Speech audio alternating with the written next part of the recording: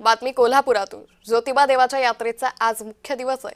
पहाटे 3 वाजल्यापासून धार्मिक विधींना सुरुवात झाली आहे। महाराष्ट्रासह देशभरातून लाखो भाविक वाडी रत्नागिरी इथे दर्शनासाठी येत असतात। सासनकाठीची विशेष परंपरा आहे। दरवर्षी मानाच्या सासनकाठ्या यात्रेला येतात। सासनकाठ्या नाचवण्याची कोल्हापुरात परंपरा आहे। गुलाब खोबऱ्याची उधळण करत ज्योतिबाच्या नावानं चांग भलं असा जयघोष केला जातोय। तोफेच्या सलामीनं पालखी ज्योतिबा मंदिरातून यमाई मंदिराकडे मार्गस्थ होईल।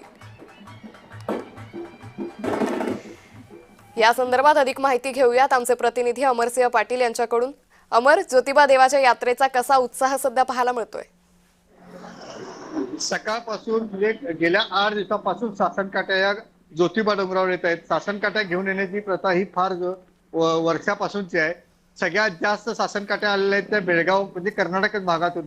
त्याचबरोबर आता येणारी सासनकाठी असेल ती पाटण तालुक्यातली शंभूराज देसाई यांची सासनकाठी असेल। दुपारी आता पालकमंत्री प्रकाश आंबेडकर यांच्या हस्ते पूजा होईल। त्याचबरोबर ही विधिवत पूजा, शासकीय पूजा इथल्या प्रांतांच्या हस्ते झाली।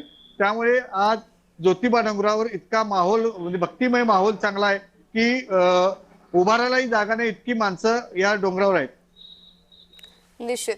अमर, साधारण किती भाविक आज या डोंगरावर उपस्थित आहे आणि कशा पद्धतीने कार्यक्रमांचं आयोजन करण्यात आलेलं आहे? कमीत कमी आतापर्यंत 3 ते 4 लाख भाविक आता दिसत आहेत आणि प्रशासनानं अतिशय चोख व्यवस्था केलेली आहे। कारण घाट डोंगर माथ्यावर असणाऱ्या ज्योतिबा डोंगराजवळ जाण्यासाठी परंतु या ठिकाणी बसची व्यवस्था केलेली आहे, पार्किंगची चांगली व्यवस्था केलेली आहे। प्रशासनानं प्रत्येक भाविकाला वेगवेगळ्या सुविधा पुरवल्या आहेत। जी अमर, या संदर्भातले अपडेट घेत राहू। तुर्तास धन्यवाद आपण दिलेल्या सविस्तर माहितीसाठी।